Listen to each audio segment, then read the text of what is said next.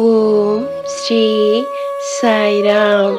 என் அன்பு குழந்தையே, உன் சாயப்பா பேசுகிறேன். என் அன்பு குழந்தையே, சில விஷயங்களில் நீ எதிர்பார்த்தது நடக்காமல் போனால் அது உனக்கு தீமைதான் என முடிவு செய்யாதே.